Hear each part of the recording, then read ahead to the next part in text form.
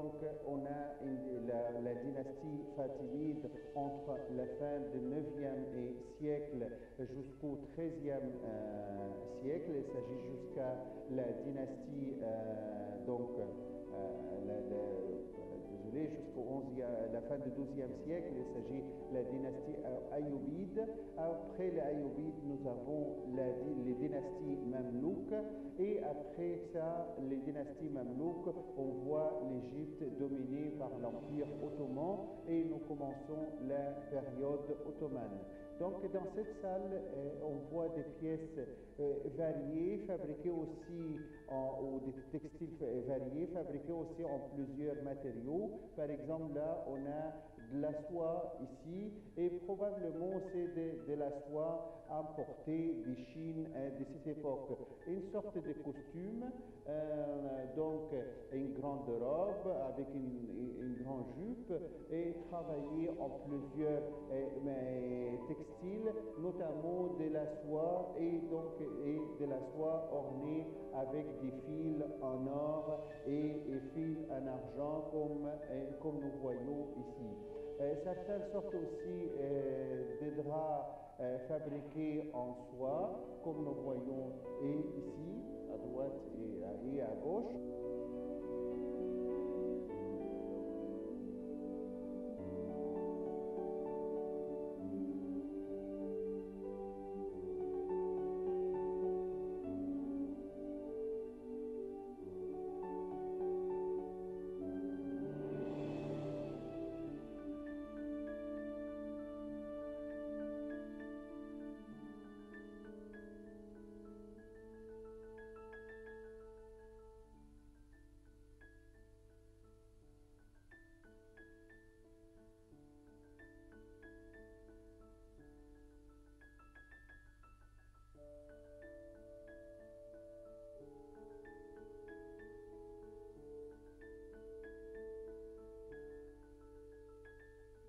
Probablement des sortes de pièces variées et même soit utilisées pour orner les murs, soit utilisées pour orner par terre ou les sols. Nous voyons là plusieurs pièces et nous voyons aussi certaines décorations végétales et des décorations géométriques. Et même avant, on a vu des décorations calligraphiques sur les textiles. Juste quand même derrière, nous, on voit des textes écrits en Nazca dans la vitrine de l'autre côté.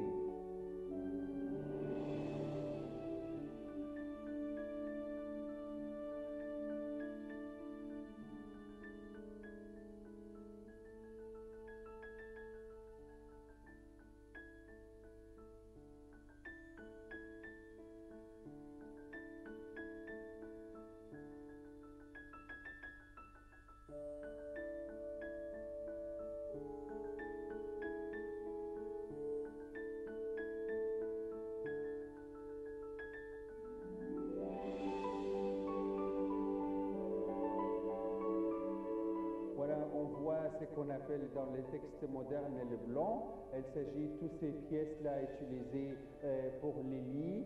Par exemple, l'oreiller qu'on le voit ici probablement en soie, couvert d'écritures calligraphiques et de décorations calligraphiques. Il s'agit d'écritures. Et comme nous avons aussi d'autres pièces où nous avons une partie d'un verset coranique, Inna fatahna laka fathan mubinan, c'est écrit en manière très décorative sur la pièce au fond. Donc un fond un peu clair avec d'écriture en bleu foncé.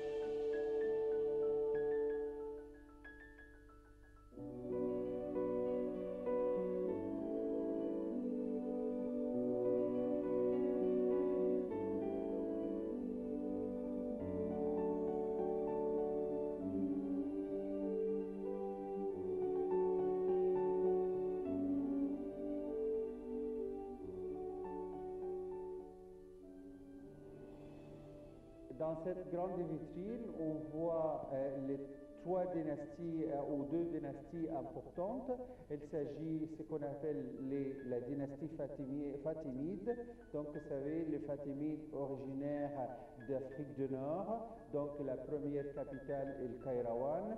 Après certain temps régné et le siège de l'Empire fatimide était en Tunisie, ils ont conquis l'Égypte et construit la capitale d'aujourd'hui. Il s'agit le Caire et transféré le siège de l'Empire de la Tunisie en Égypte.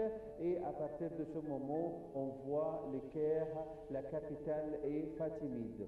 Donc, toutes ces pièces fabriquées en lin et même certaines décorations et en soie et avec des textes aussi écrits dans certaines manières de l'écriture égyptienne, de l'écriture arabe, il s'agit Kofik et Nask, et des pièces très très fines ou des décorations très très fines.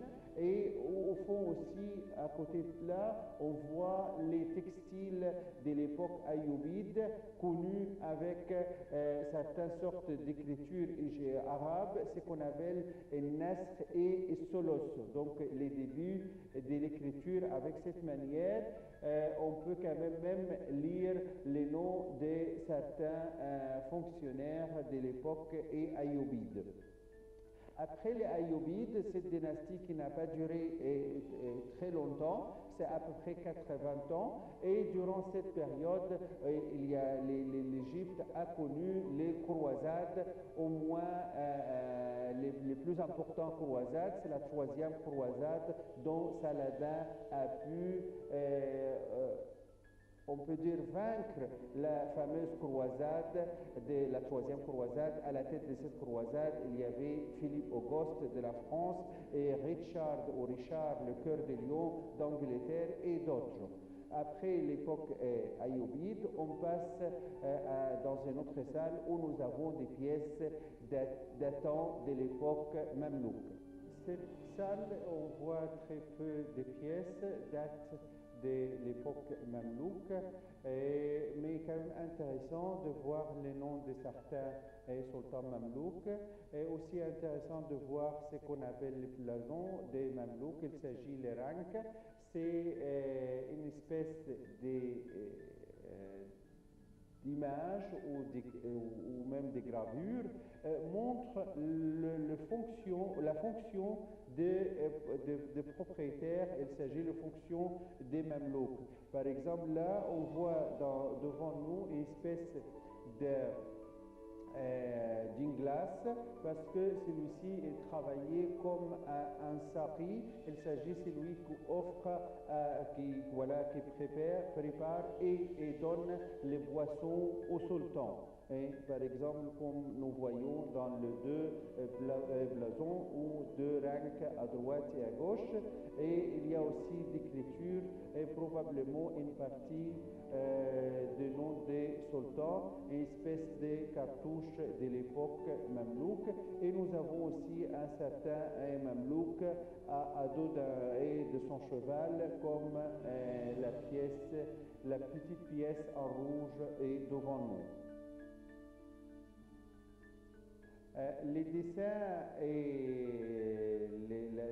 les dessins qu'on le voit sur les textiles, il est fabriqué avec une espèce de tampon, comme on le voit ici. L'image soit fabriquée en bois, probablement, et rarement en pierre. On voit les dessins, donc il suffit de mettre ces pièces, les tampons, dans les couleurs, dans les peintes, et le réappliquer sur les textiles pour retrouver ces dessins plus tard sur les textiles. En fait, c'est la même sorte, les mêmes techniques utilisées pour imprimer les dessins sur les textiles aujourd'hui, mais bien sûr avec une technique plus moderne.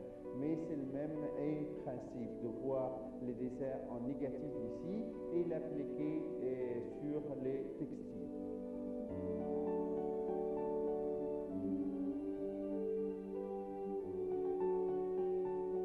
Donc, certains outils, bien sûr, c'est des répliques des outils ou des métiers ou des outils utilisés pour la fabrication et des fils, soit en coton, soit en lin ou en soie, en laine aussi. On voit exactement la manière on pourrait quand même le voir jusqu'au même au début du XXe siècle. Il y avait les mêmes ouvriers travailler par les mêmes manières. Il est possible aujourd'hui aussi de trouver dans certains petits villages de la Haute-Égypte les mêmes modèles et les mêmes outils utilisés jusqu'à nos jours malgré l'industrie importante du textile dans le monde aujourd'hui.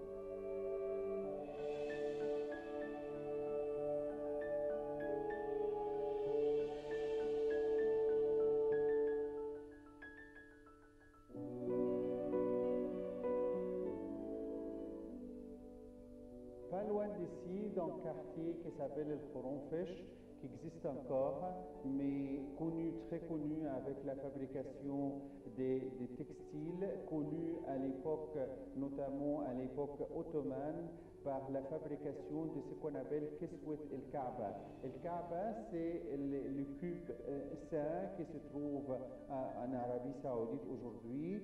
Donc, El Kaaba, on voit les bâtiments complètement couverts tout le temps avec des espèces et des draps en noir et sur lesquels on voit des versets coraniques et des décorations calligraphiques et végétales et géométriques aussi. Donc, cette fabrication connue en Égypte depuis ou à partir même de l'époque très ancienne, chaque année à l'époque mamelouk, même avant, on voit les sultans d'Égypte donnent l'ordre de fabrication, les Kiswa dans les quartiers Khoromfesh, pas loin d'ici.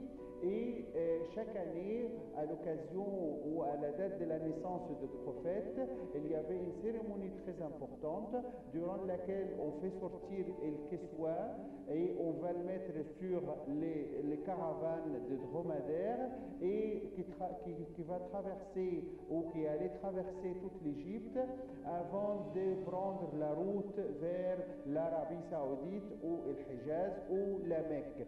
Donc cette fabrication restait en cours jusqu'aux années 60. Donc, durant toutes les périodes mamelouques et puis ottomanes et puis à l'époque de l'Égypte moderne de Mohamed Ali et le royaume égyptien jusqu'au dernier roi Farouk et les premières années aussi de règne du président Gamal Abdel Nasser. Donc la fabrication del Kiswa avait lieu tout le temps à Hay el Khoromfesh avant de créer un autre lieu en Arabie Saoudite même. Donc dans cette salle, on voit certaines pièces ont été utilisées pour la fabrication et del Kiswa sur un tissu très solide de plusieurs couches. Et puis des écritures, des versets coraniques en fil en or, comme nous voyons, une fabrication très fine et très connue en Égypte durant plusieurs siècles. Donc le quartier El Khoromfesh aujourd'hui n'a plus cette tradition. Il y a très peu d'industrie concernant les textiles, mais le quartier même a perdu sa réputation de fabrication des textiles comme il y avait auparavant.